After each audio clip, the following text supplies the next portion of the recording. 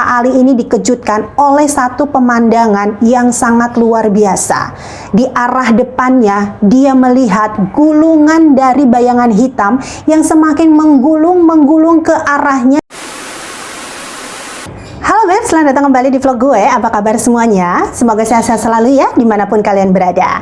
Hari ini kita akan membahas sebuah insiden yang terjadi kurang lebih 31 tahun yang lalu.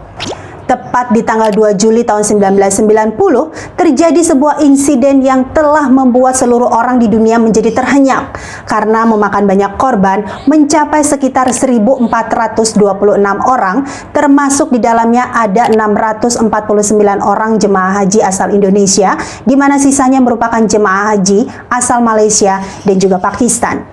Insiden tersebut terjadi di terowongan Harasatu Lisan Mina atau dikenal dengan terowongan Mina.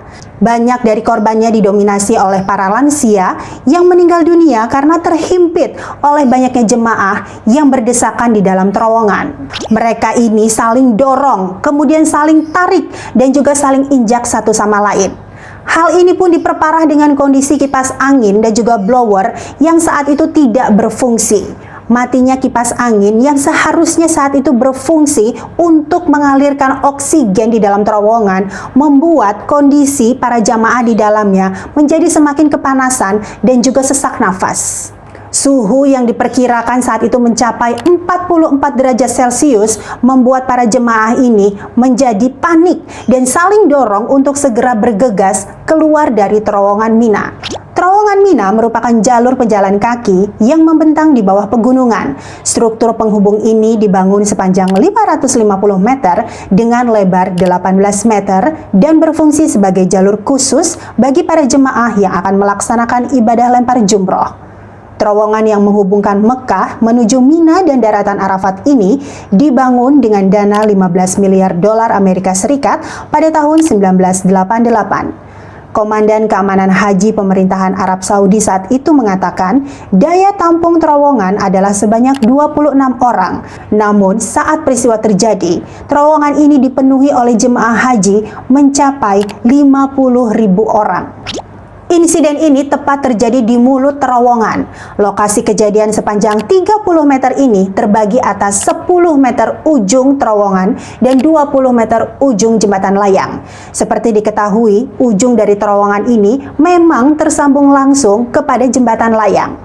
Jalanan di lokasi ini pun memang menurun dan menjadi pertemuan antara para jemaah haji yang baru saja masuk dan juga keluar dari terowongan. Banyak daripada korban ini berjatuhan bukan hanya pada saat mereka berdesakan di dalam terowongan, tetapi juga saat mereka jatuh dari ketinggian 10 meter pada jembatan layang. Tragedi yang banyak memakan korban sebanyak ribuan orang ini disebut-sebut sebagai salah satu tragedi terburuk dalam sejarah haji di zaman modern. Berikut ini adalah kesaksian dari salah seorang yang berasal dari Indonesia. Kita samarkan saja namanya Pak Ali ya. Pak Ali saat itu bertugas sebagai pengawas sekaligus penanggung jawab keamanan terhadap jemaah haji asal Indonesia. Di hari kejadian, beliau ini mendengar ada satu informasi jemaah membutuhkan pertolongan ambulans. Seketika beliau ini berinisiatif untuk mengecek apakah jemaah tersebut berasal dari Indonesia atau bukan. Sesampainya di tempat, Pak Ali ini langsung menunjukkan ID resmi kepada petugas keamanan yang sedang berjaga. Beliau kemudian dipersilakan masuk ke dalam terowongan. Setelah kurang lebih 10 menit berjalan, Pak Ali ini kemudian menyusuri satu terowongan sempit berjarak 1 km.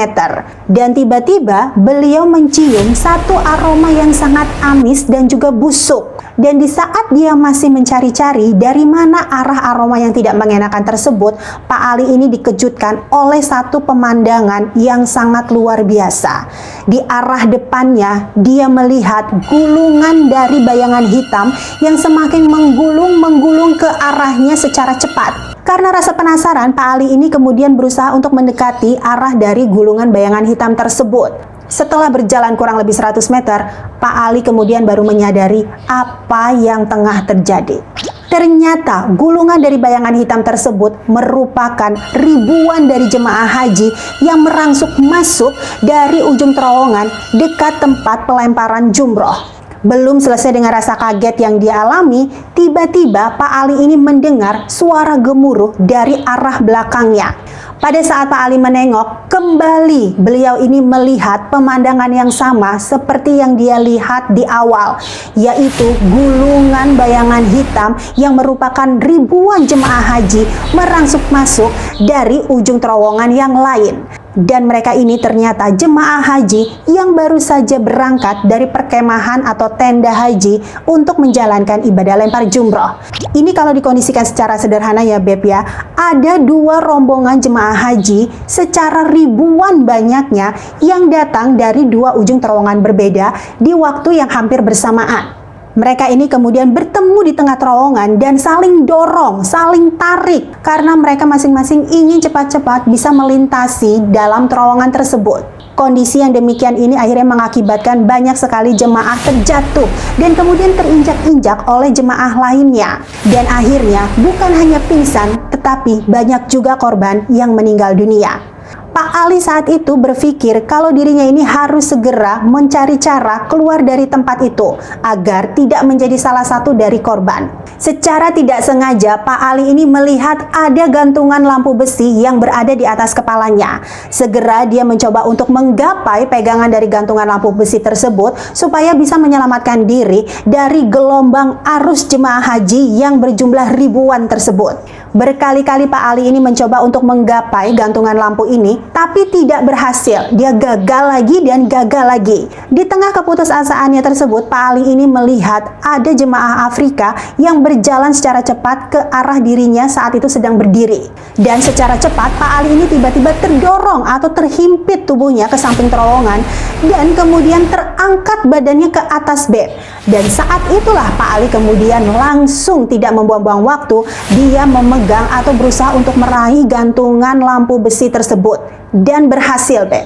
Selama 30 menit, Pak Ali ini terus bergelantungan dengan memegang gantungan lampu besi tersebut. Setelah melihat kondisi di dalam terowongan ini sudah kondusif, hiruk pikuk yang terjadi sebelumnya sudah mereda, beliau akhirnya memberanikan diri untuk turun ke bawah. Dia menjatuhkan badannya di atas tumpukan para korban meninggal dunia yang menurut kesaksian dari Pak Ali, ketinggian dari tumpukan tersebut mencapai sekitar 1,5 meter. Setelah berhasil mencapai ujung terowongan dan keluar dari sana, Pak Ali langsung menemui petugas keamanan yang berjaga dengan menceritakan situasi yang telah dia alami. Namun petugas keamanan saat itu ternyata sudah mensterilisasi sebagian besar dari wilayah tempat kejadian. Setelah insiden tersebut terjadi, pemerintahan Arab Saudi kemudian berinisiatif untuk memperbesar, memperlebar dan meninggikan terowongan Mina setinggi 40 meter dan juga memasang ventilasi-ventilasi besar dengan arah memanjang di atas terowongan tersebut. Selain itu, mereka juga menambahkan alat-alat besar yang berfungsi untuk menghisap udara dan juga memutarkan atau mengalirkan oksigen di dalam terowongan. Tidak hanya itu, pemerintah juga membangun tempat pelemparan jumroh, di mana di sana ditambahkan 4 jalur lalu lintas yang bertujuan agar para jemaah yang saat itu sedang beribadah tidak saling bertabrakan. Pembangunan proyek ini dipercayakan kepada Bin Laden Corporation, di mana kepala proyeknya yang bernama Yahya bin Laden mengatakan proyek ini memakan biaya hampir 4,2 miliar. Di mana kepala proyeknya yang bernama Yahya bin Laden mengatakan pembangunan ini memakan biaya sekitar 4,2 miliar rial atau sekitar 1,2 juta US dollar. Jalanan yang lebih landai serta tambahan terowongan ini juga dibangun untuk memudahkan akses bagi para jamaah. Tidak hanya itu, jembatan yang dibangun ini juga ditambahkan dengan kanopi-kanopi besar yang berfungsi untuk menutupi pilar dan para jemaah dari suhu tinggi yang berada di sekitar gurun. Jalan landai ini juga dibangun berdekatan dengan pilar untuk mempercepat evakuasi jika terjadi keadaan darurat. Bin Laden Corporation membangun jembatan tanpa kolom di tengahnya. Tempat pelemparan ula, wusta, dan akobah jaraknya sangat berdekatan, sehingga jembatan dibangun hanya dengan panjang 600 meter dan lebar 90 meter. Fondasi jembatan baru ini dirancang agar mampu menampung 12 jalur jembatan. Sekian Beb cerita singkat mengenai tragedi terowongan Mina yang terjadi di tahun 1990. Setelahnya memang dikabarkan terjadi kembali peristiwa yang kurang lebih sama di tahun 2015. Akan tetapi, tragedi di tahun 1990 ini dinilai menjadi salah satu tragedi yang terburuk. Terima kasih banyak untuk teman-teman sekalian yang sudah menonton sampai akhir. Terus dukung channel ini dengan klik like-nya, kemudian komen-komen, di-share linknya yang banyak, dan jangan lupa untuk klik tombol subscribe-nya. Sampai jumpa lagi di video berikutnya.